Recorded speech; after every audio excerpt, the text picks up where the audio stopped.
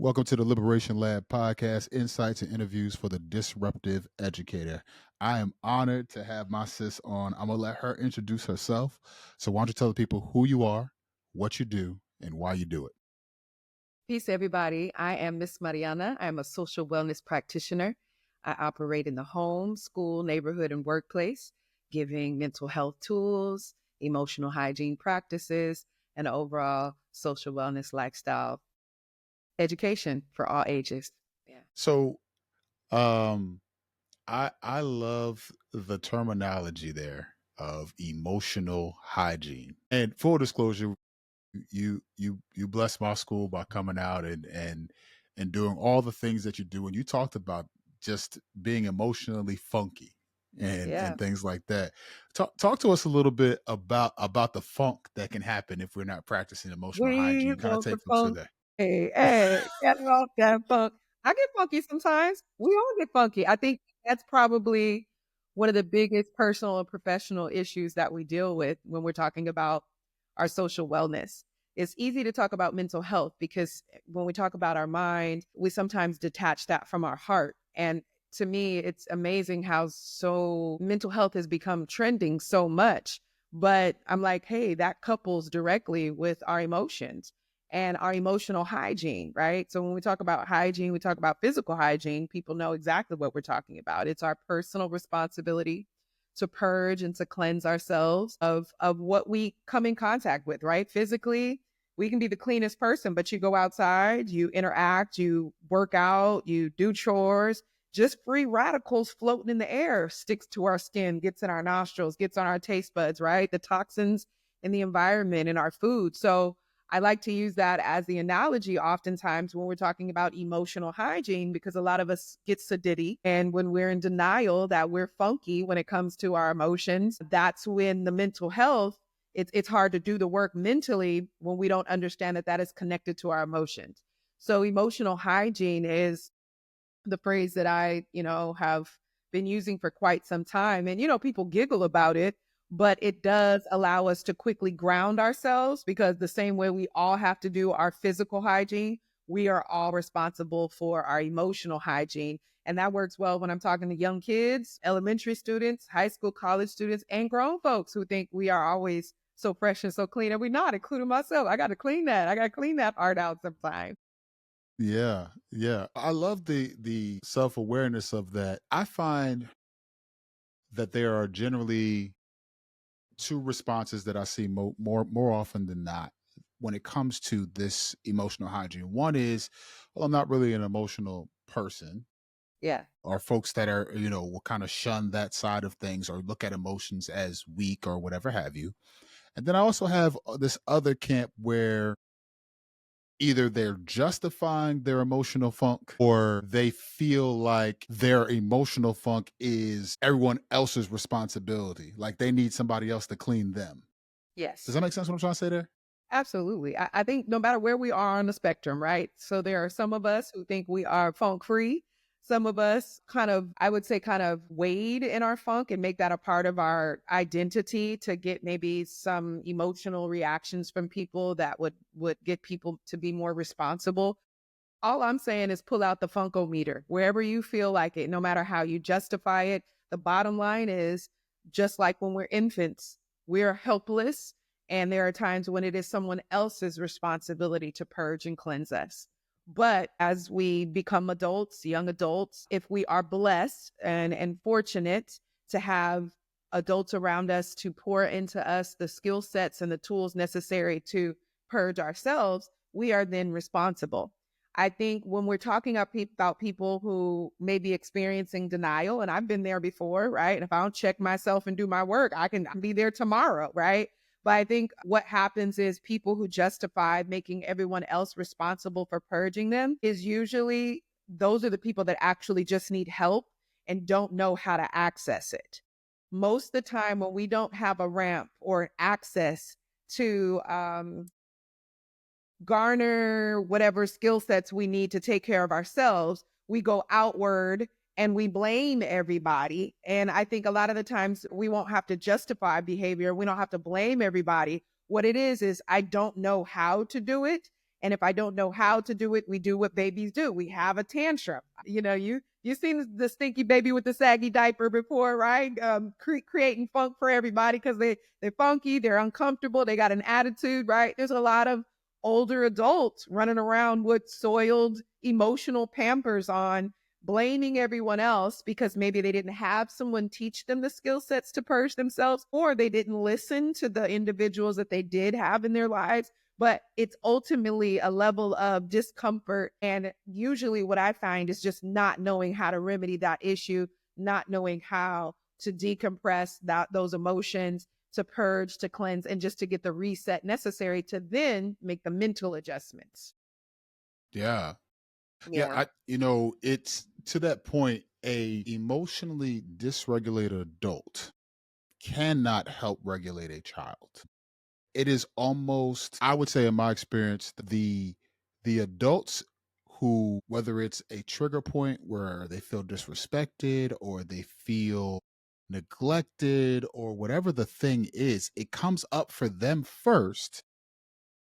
They fail to recognize it, then the kid responds to what was said, how it was said. They feel disrespected. So they're the only thing that they have is the weapon of their words. So they're going to try to do, and have these interactions. And I say all of that to say, what does it look like for us as adults to have a greater awareness of our emotions, our emotional hygiene before we begin to ask students to have emotional maturity and grow in areas that we ourselves are not practicing or modeling? Learning how to apologize. I think most adults, I think most guardians, I think most parents, somewhere along the line of becoming this expert at parenting, at teaching, we fail to acknowledge when we fall short, when our temper was short, when our tolerance, when our patience, when we're just being human. We would much rather go a punitive approach and well up in our authority, right? And point out what a child did as the reason why we acted away, instead of simply modeling, you know what? My energy was off and I'm not being accountable for that right now. I either stonewalled you and cut my energy off, and children, just because they might not be able to articulate that note, all humans know what it means and feels like to be stonewalled.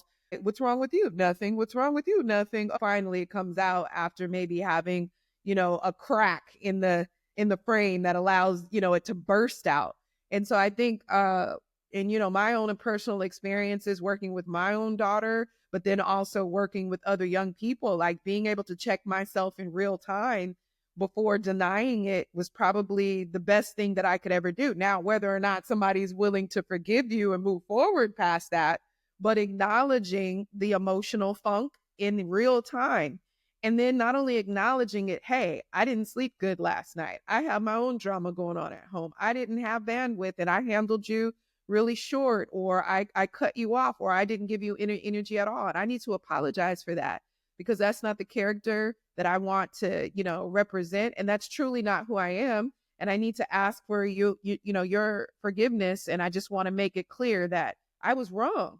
And I think sometimes teachers are so in the energetic posturing of checking off, red marks on people's paper and correcting young people for a living, that they forget that they can also stand corrected. And that teaches a young adult or a child more social skills than, lighten them up every time that they're, need to punish them, is really showing them like, I'm capable of making a mistake. I'm capable of, being in error, but I'm also capable of making that wrong right, acknowledging it, and then extending the social skill set for you to see that I can do what I'm asking of you on a daily basis. Hmm.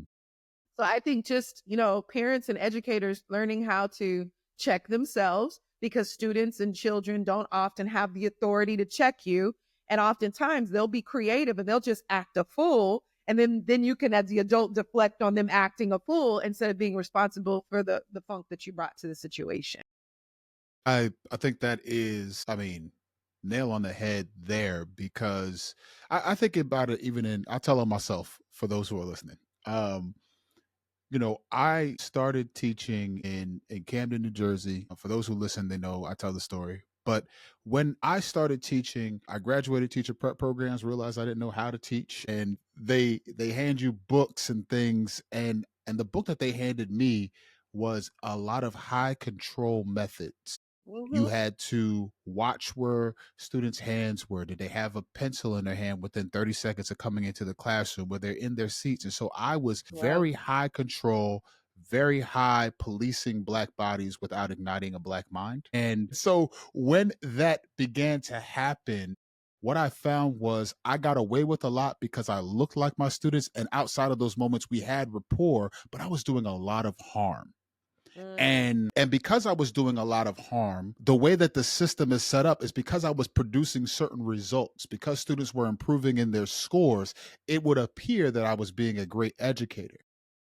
And it wasn't until I began to really look at the damage that was being done to these babies as a result of me choosing to interact with them in this way that I began to see, wait a minute, does it have to be at the expense of their humanity that I begin to do these things to them? Like, why can't learning and joy and all of these things coexist? And then I started to realize I'm funky. Mhm. It's me. We okay. That's it. That's it.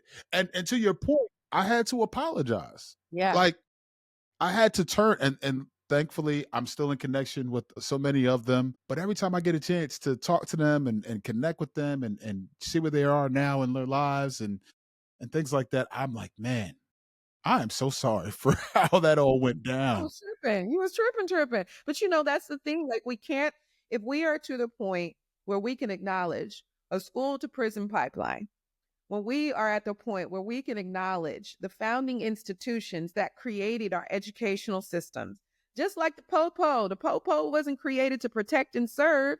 They were there to protect and serve certain groups of people's property. And at one point, melanated people were the property. So we always have to look at the origin in which something is created. And I think the misstep and the mistake that oftentimes educators of African descent, indigenous educators do is we know that the system is screwed up, but we go to that system to educate us and to give us permission to educate children. And we fail to think that, like, maybe some of the ideology and the theories, like you said, are having me come into this authoritative control perspective where I'm policing. And if you're policing somebody, at some point, you're going to criminalize somebody.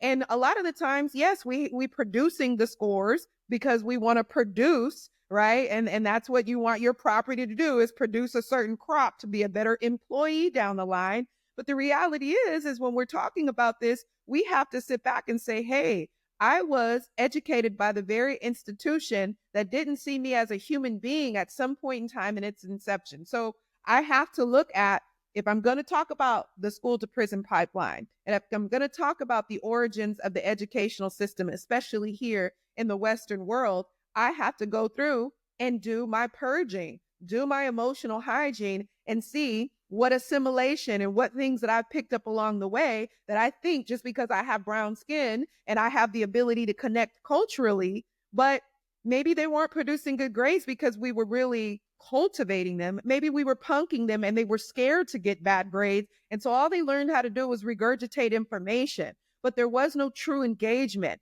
There was no soul led connection in the process. And I think that that's what a lot of us educators, whether we're in the system or out of the system, really begin to pay attention to. And just us being here in this moment is what allows us to take accountability for some of the funk that we picked up from those who educated us and gave us permission to be in the educational system. And the educational system, the way that it's set up, for those who are listening, it is not going to solve a problem that it benefits from, right? Mm, Like, if I continue to have this assembly line that I call education and I try to churn out teachers that do the same things over and over again, like, there is no place in the world where you will go. Let's say it's a restaurant and they yielded failing results over and over again, year after year. They harmed people are walking away sick from the restaurant and people aren't going to say, close that down, let's investigate what's happening.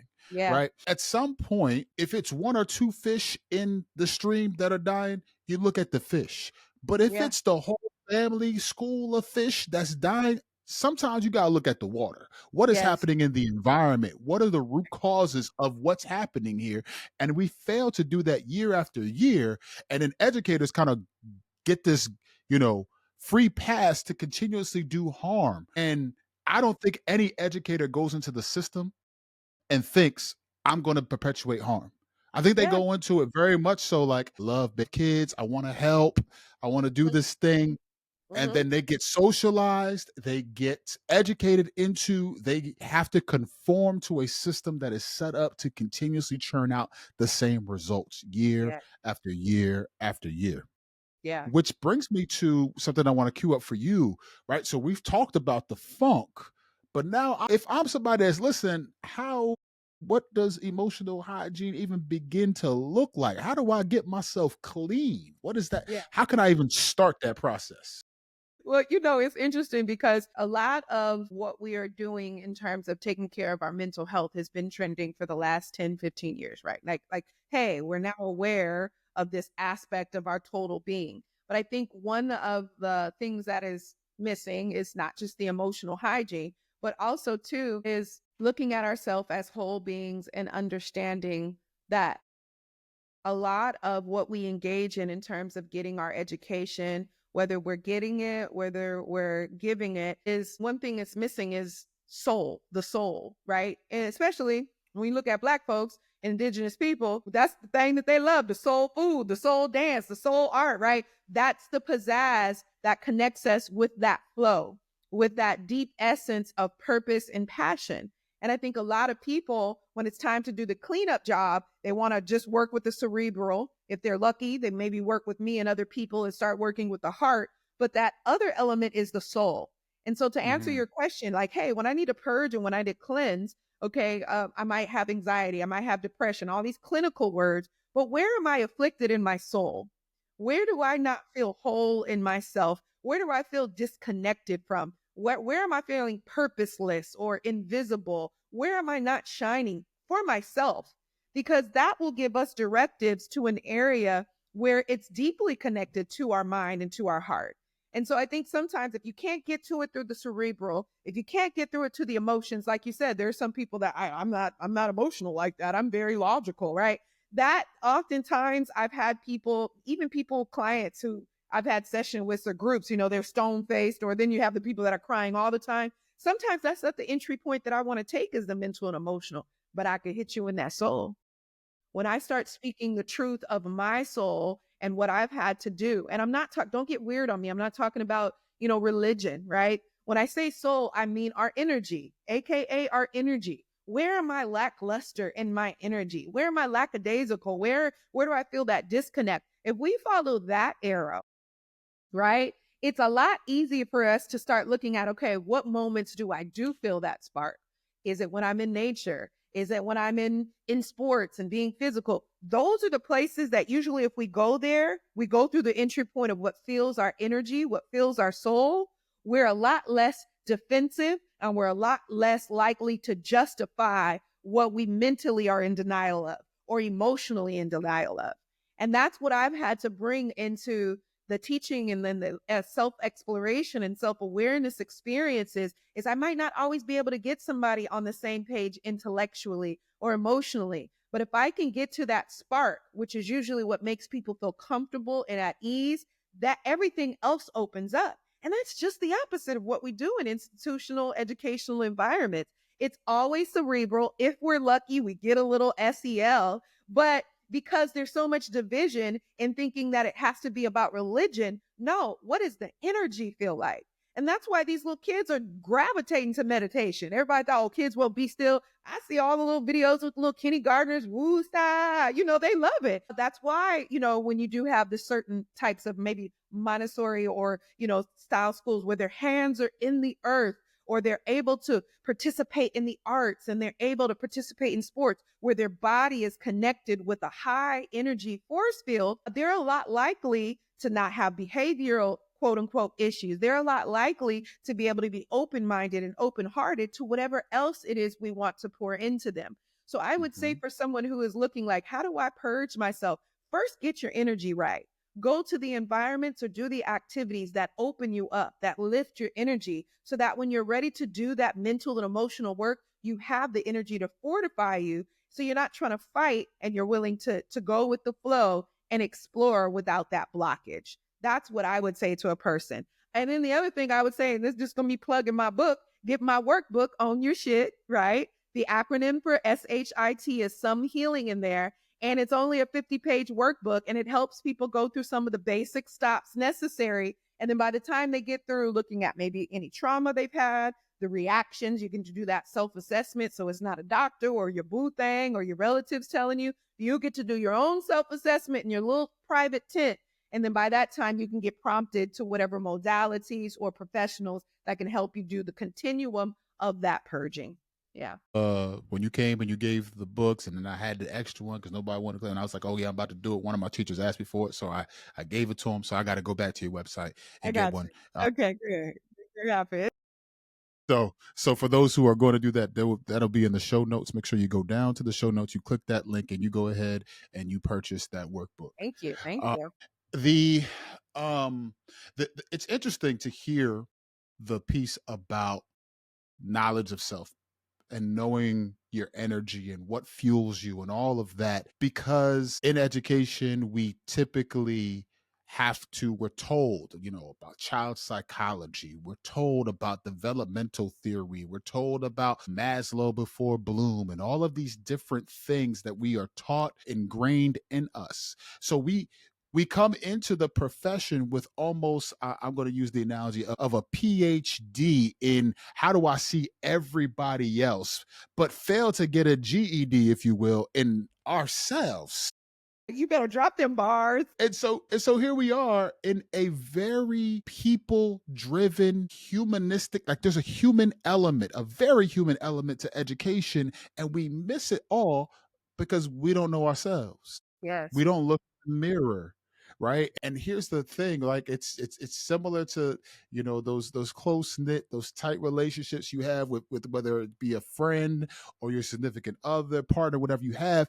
Like if I'm 10% wrong and you 90% wrong in my mind, Mm.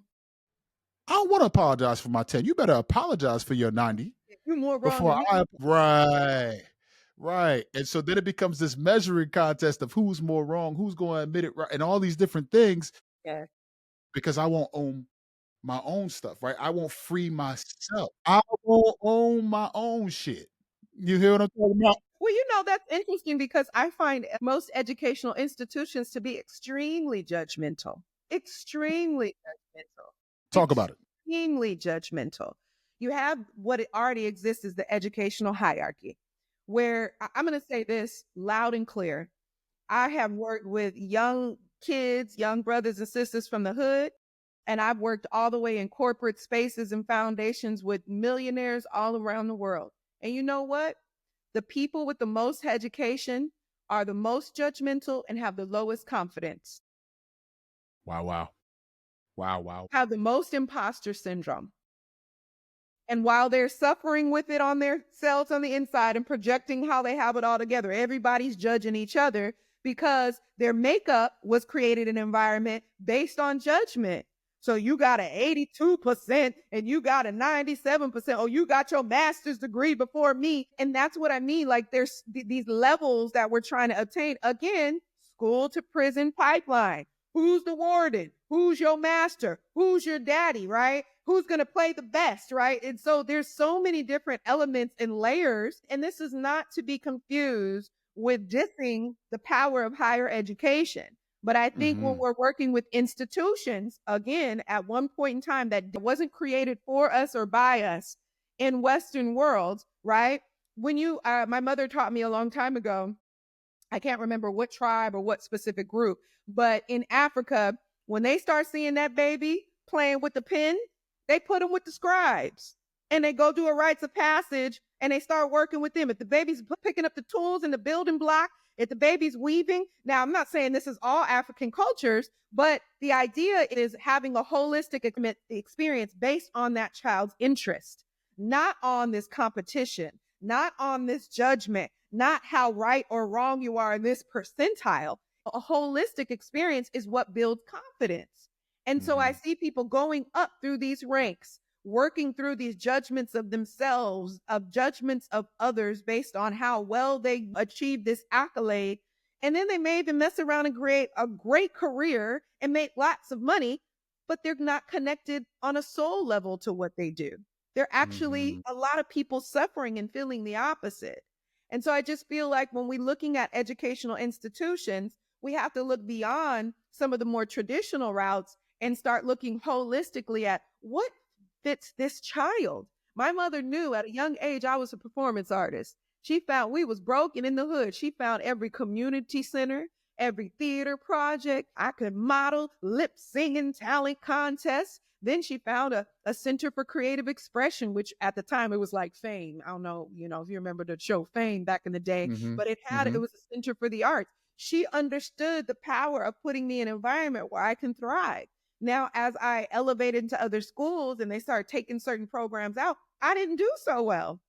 I didn't do as well. So to me, it makes more sense to not put a child in an environment and lash them with whip them with the lash, tell them, I'm going to judge you. You're a bad student if you're not excelling this way, instead of finding what best suits and fits this child's needs. Where is their soul connected?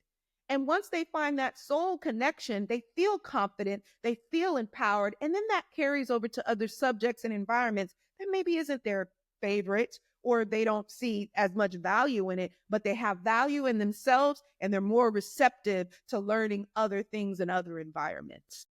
Hmm. Hmm. And when we are willing to do that type of work, and that soul connection, it becomes so much easier for us to connect things that maybe they don't typically gravitate to the things that they're interested in.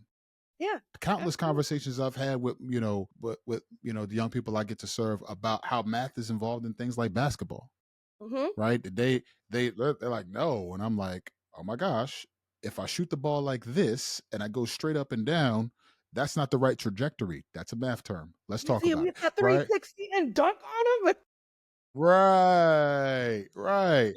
And these are all the things that they are connected to in their soul, but they might not necessarily have all Yes, the prerequisite understandings of it up right. here, right? And that's the connection we get to make. That gives them life and joy in the learning versus us saying, man, if you don't know how to do these 25 problems in under a minute, your intelligence is going to be rated this way, Yeah, that's so right? dry, so boring. I saw a clip art actually of it was an elephant, a fish, there was a chimpanzee, and I think it was a snake. And they said, "We're going to measure you by how well you climb that tree." Perfect, perfect. And I look at that and I'm like, that's schooling in a nutshell. Yeah, Because we're all going to ask you to do this thing that may not be where your genius lies. But if you take a fish out of water and you throw him on the ground, you're not going to see it's going to look pretty dumb, yeah, quote unquote. It's going to look like it's not functioning in all of its genius because you took it out of the environment where its genius can thrive. And then you absolutely. take that thing and you put it back in the water. Hold on, wait a minute. I didn't know you could move like that, or I didn't know that you could operate in this environment. Well, sometimes we got to put our babies in the environment whereby which they can thrive so their genius can come out because now they can connect to these other things and their soul connects to the learning, and we're doing these different things. So now, with that being said, people are going to hear that and be like, man, that's a pipe dream.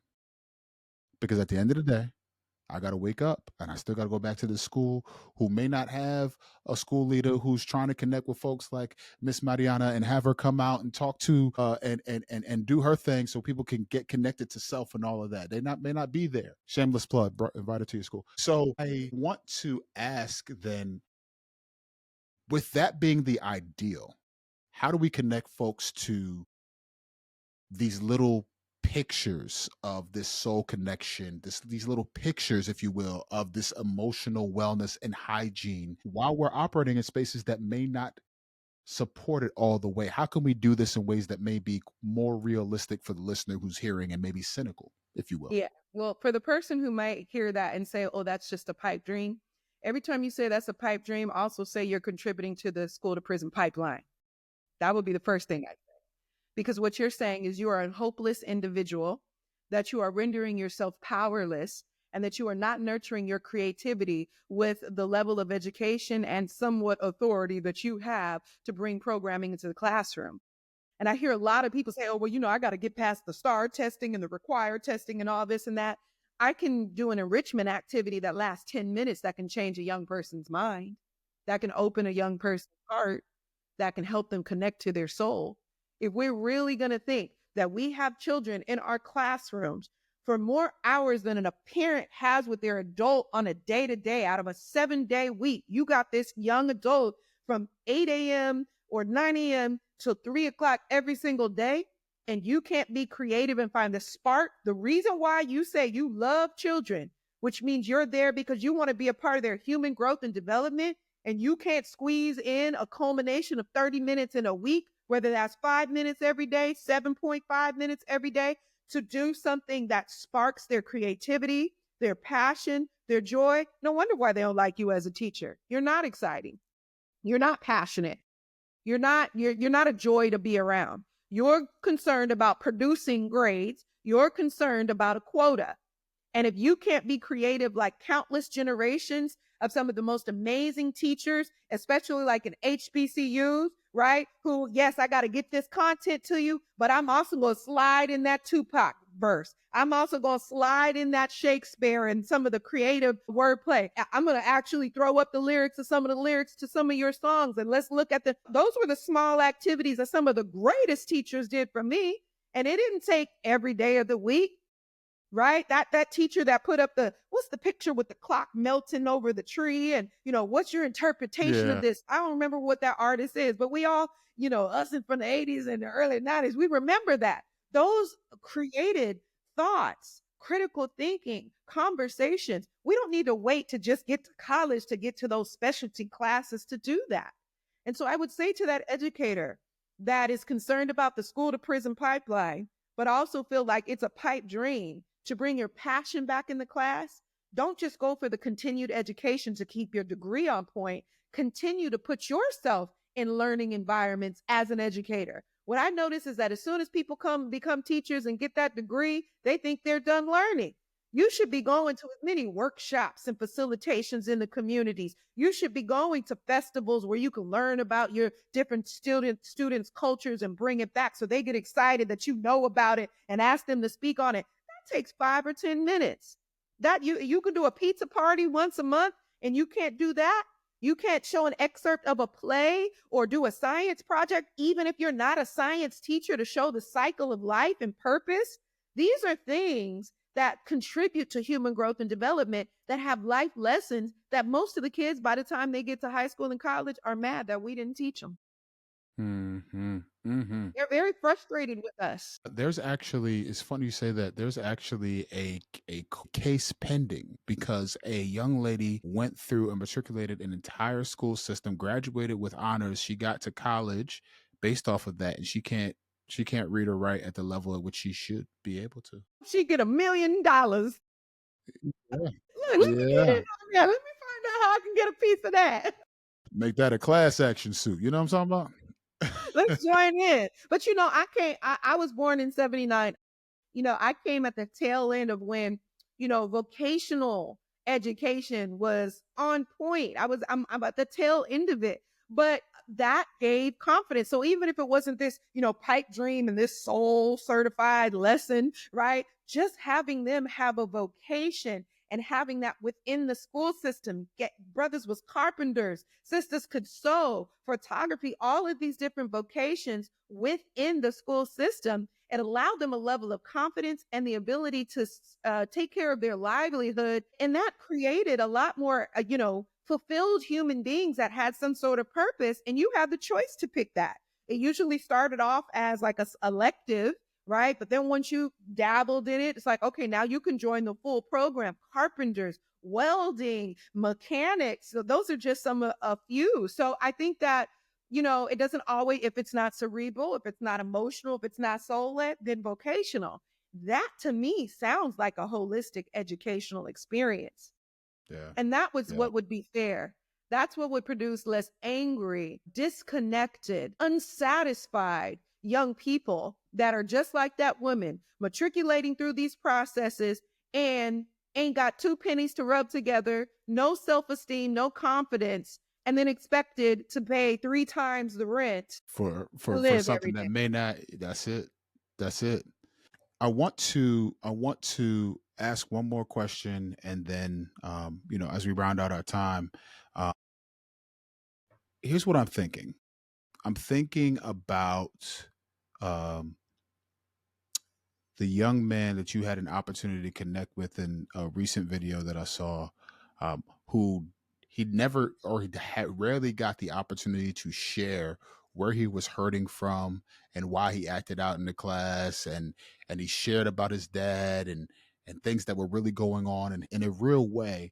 And here's what thought to myself, and you actually put it on your videos. What if we had more educators like this, right? But my thought in that is you created a space whereby which, and it wasn't perfect. What I mean is there were other students who were not prepared for that moment of vulnerability that you actually had to like turn and clue them in on it and make it safe and call out certain things and say, nope, this is what this moment is. And we're going to do this now. We're going to celebrate his vulnerability. We're going to rally around him.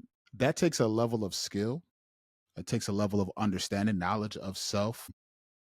But more times than not, we exist in spaces where it's not safe enough to tell somebody else where it hurts. The work to begin that for sure is knowledge of self, for sure it's emotional hygiene. But I would love if you could just share kind of just a capsulating thought for us, a takeaway, something that we could do right after, we end this podcast and we go into our schools, our places, we finish running on a treadmill, wherever we might be in this moment. What is something that they could actualize as a result of this conversation? And then secondarily to that, please, how can folks get in touch with you and connect with you and support you? Wonderful. So I just want to make sure the premise for a fair representation of that young man, he wasn't acting out at all. He was a very quiet young man and very Thank you. observant. I apologize. Yep. No problem. Most people assume, right, like because somebody's going through trauma, they're acting a fool. But, on the contrary, there are a lot of students that withdraw and they're very quiet. So Yes. he did participate in other activities. But what happened is I allowed them a self assessment opportunity and to kind of cue in on how judgmental, right, a lot of our educational experiences are, our students often withdraw. One of the things that I do that's foundational in all learning, exploration, and enrichment experiences, again, no matter where I'm working with somebody who is in elementary school, middle school, high school, college, educators, staff, whoever, I always carve out an opportunity for self assessment. And in that particular activity, and I want to make it very clear that reel was only about 4 minutes. So just to really, show that this is not something that I had to take out. That little snippet was only 3 to 4 minutes. But what happened is I gave the opportunity to do these assessments, mental and emotional assessments of themselves, not me diagnosing them, prescribing them, shaming them, telling them what they should or shouldn't do. What happened is some volunteers spoke up. And then, I asked, is there anybody else that wants to share? And okay, we were going to close and transition to their break. And he actually was like, no, I want to do it too. So I have to commend him because he could have let that moment fly by. And that young man had an opportunity to do a self-assessment. And all he was simply doing was sharing his self-assessment. He saw his peers do it.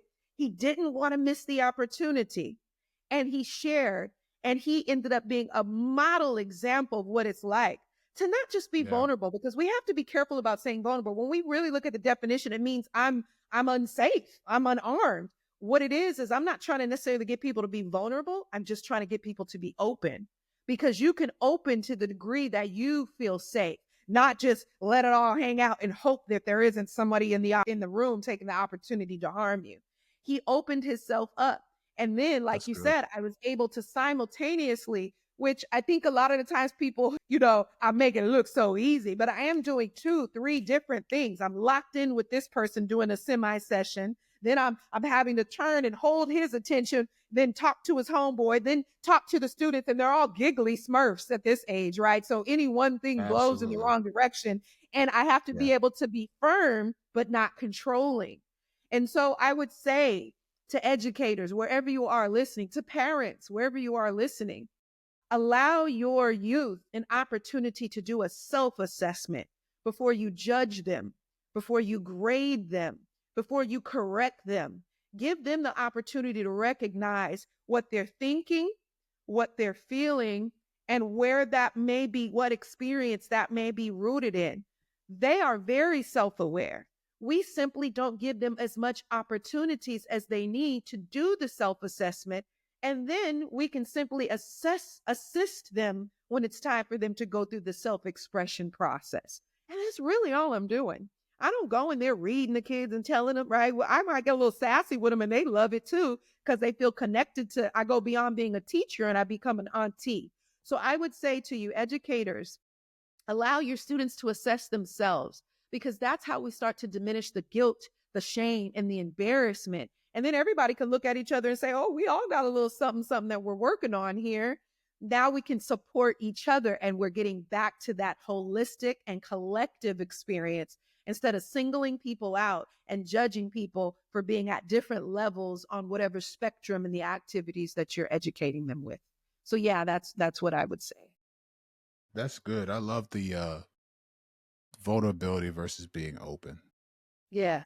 I'm taking that with me. That's Take that. good. Put it in your back pocket. Take it with you everywhere you go.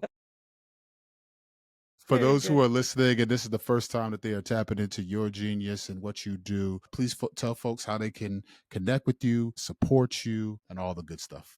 Yes, indeed. So I am Miss Marianna. I'm a social wellness leader. When I'm in action, that shows up as a social wellness practitioner.